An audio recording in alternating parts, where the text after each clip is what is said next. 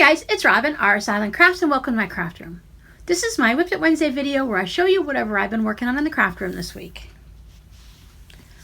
I went a little crazy and got 2 dishcloths done.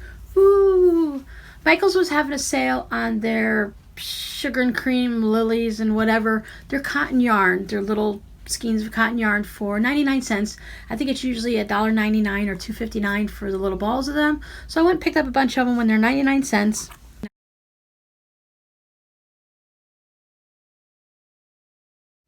And I started with this fun brown color. It's kind of reminded me of when your fudge vanilla ice cream starts to melt in your bowl, or maybe when you're having a coffee and you have all the different swirly creamer in it. And it's just, I feel like it should have a scent to it, you know, like this should smell like chocolate or coffee or something. But I got those 2 done. I did start on a 3rd one, the rest of this ball. Let's see what it is. It's Lily's Sugar and Cream. This one is the color Chocolate Ombre, so it's kind of a nice color. I don't normally go towards browns. It's not a color that I like because I'm not too much of the earth tones and muted colors. But I thought this was really pretty, and I figured go ahead, you know. This brown was really nice. Oh, I think I know what this is. I see these marshmallows at Walmart. They're a chocolate and vanilla swirl marshmallow. I think that might be what my mind's going to when I'm seeing this. It don't matter. It was fun. I am still working my way along on this shawl. This is the raindrop shawl. I'm getting closer and closer to being done with the first skein, so maybe I'm at about 40 or 45%. I've gotten several rows done again. No, I still never did put a stopper on them. I'm just being brave. Every row you're shortening it by 4 stitches, so it keeps getting narrower and narrower, you know, less wide. So that's kind of nice. So I think that's going to be really sweet. You know, a lot of times when you're doing a shawl like these, it has a lot to do with the yarn, and not just the color, but the type of yarn you're using. This yarn is, I believe it's 100% wool or linen. Let's see what it is. It's a merino and linen, so it's a wool linen combination. And it's going to look and feel differently than if I used 100% cotton, or even if I just use an acrylic or something. Acrylics tend to be a little bit thicker, a little bit fuller. This is a thinner yarn, so you have more of the open spaces and you can see more of the stitches and stuff. But it's very pretty. We all like this green color so far, right?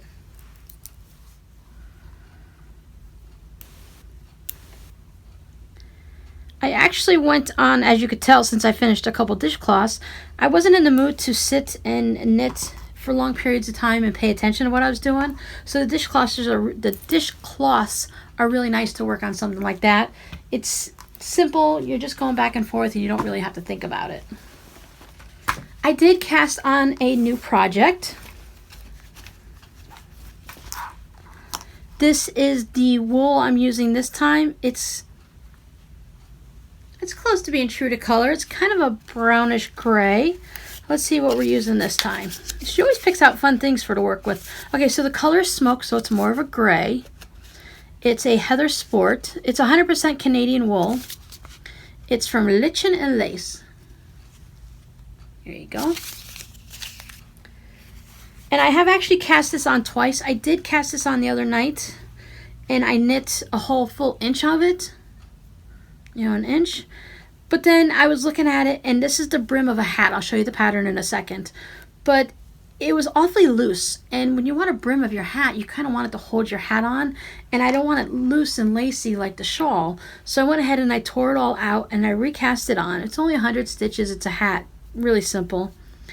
And then so far as I could tell, the fabric is going to be a lot tighter, and it's going to be nicer. I did learn to do the twisted German cast on, so that was something new for this. With this hat, I'm going to learn a lot of new things. This is the Honey Study Hat by Andrea Mowry. For those of you that don't knit, she is a very popular knitwear designer. So that's what it looks like there. This hat is going to have cables. You can see the cables that are going to be going up the side. There's a little bit of a close-up to it right there. And then it has this brioche honeycomb stitch in the center. Now, I've never done any type of brioche, and I've done honeycomb stitches, but not the brioche version. So that's going to be fun. I watched all her videos and a couple other people just to get a hang of it. And it looks like it's going to be pretty easy. Just follow the pattern, and it's going to do it as you need to. It's have a little bit of slouch at the top. So this is going to be a fun knit. It shouldn't take too long. This wool tends to be sticky and grabby. It has what they call scales on it, like a fish. So when the scales get opened up, it tends to grab a lot. So as you're knitting, sometimes it sticks and you have to pull a little bit. And you know, it doesn't go, acrylic is kind of squeaky clean and just moves right across your needles. Cotton yarn drags. Wool, that's 100%, did I say it's 100% wool? Yeah, 100% Canadian wool. So it does have the properties that it's going to be really sticky as you're going. But as I've said before with all the projects, once you start getting some more knit down off your needles and it starts pulling on it, it will move on the needles a little bit easier. Plus, I'm going to go from these needles to the next size up. They're still knit on a size 5 needle, and I ended up dropping down to a 3 to get the stitch that I wanted. The pattern calls for a 4, but I usually go down 2 stitches on my hats when I'm doing the brim. So this is going to be nice. And I pulled out my hat knitting bag, which is perfect because we're coming up to Halloween, and it's got the little mummies on it. This is one of the drawstring bags. I have a few more in the shop, that not of this fabric, but just the drawstring bags. I really enjoy these for simple projects like this for hats. I'm able to keep a copy of the pattern.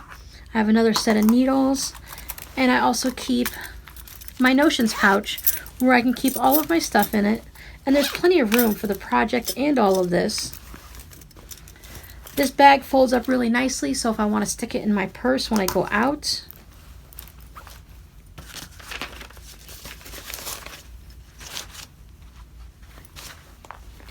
And these drawstrings are very well worn because I've made numerous hats with these, probably 25, 30 hats in this bag. So it goes nice and easy. The drawstrings are quite smooth. It's held up to the test of time. I haven't actually washed it yet, which I probably should. But yeah, see, it's nice and squishy and it fits into another bag perfectly like that.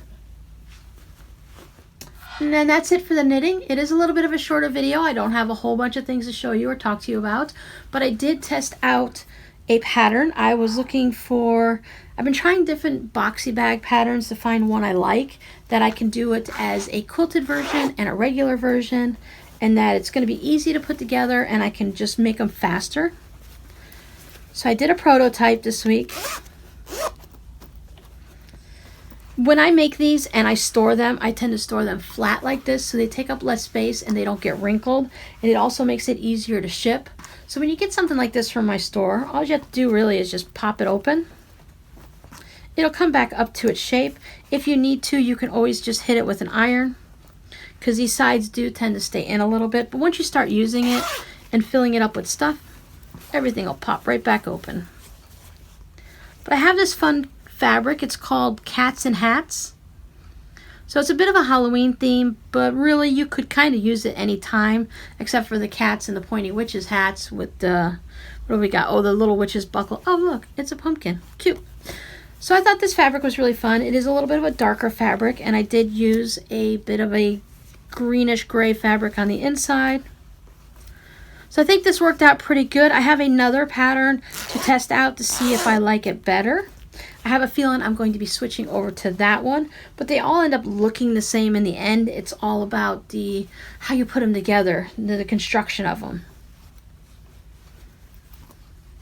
And they have a handle and everything, so these are really nice. So that's all I really worked on this week. I did cut out some fabric for bags. I was going to make some more, but I decided that the weather was really beautiful Sunday morning.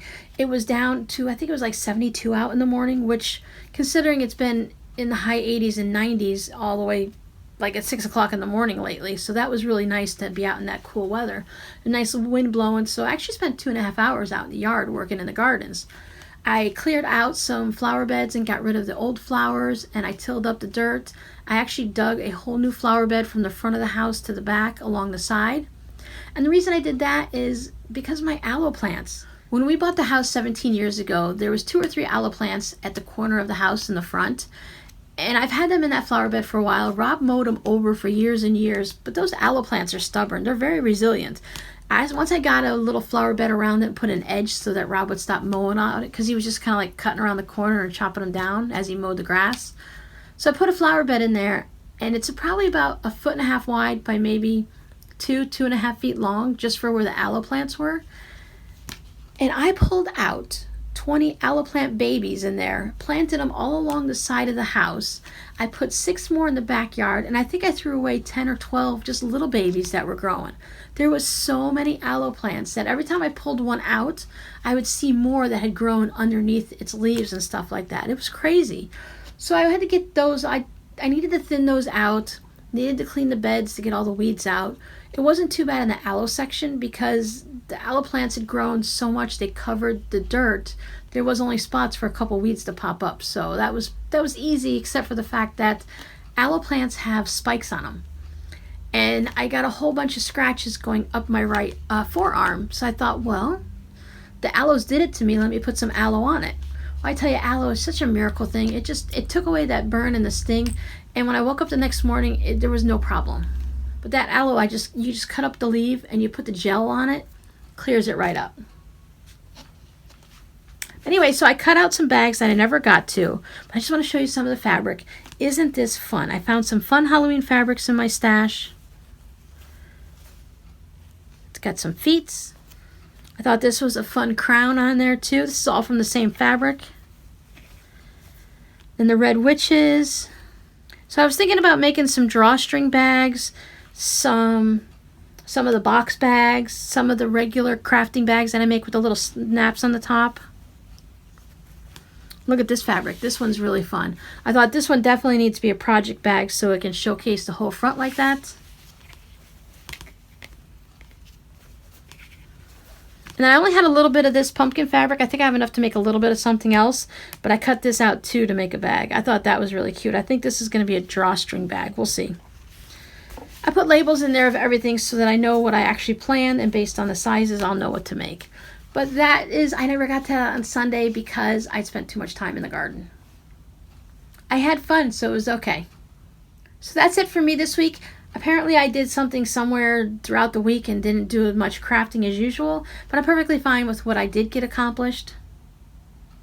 There's always the wish to get more done than what we did during the week, and I don't think that's just human nature and a crafter's nature, that we're always wanting to get more done than we do. But once you start playing around in your space, and like I had to press all these fabrics first and then decide what to cut out and match up liners and outside and get them all pressed, you're already spending a few hours just doing this.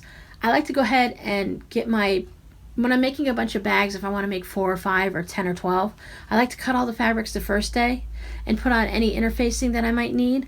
I never did make it to the interfacing because I had to go to Joann's and buy some more.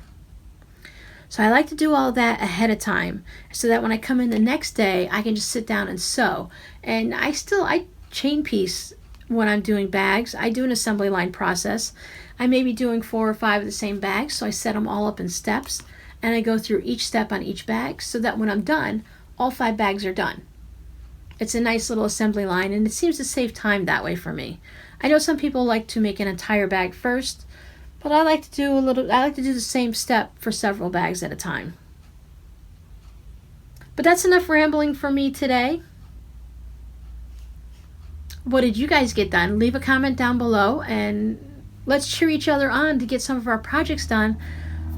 Because I don't know when you guys start your Christmas preparations, but do you start doing your projects now, or do you wait till like November or December before you start making your handmade gifts? This is usually the time of the year that I start to freak out thinking of all the things I want to make and how much time it's going to take and whether or not I can get them done.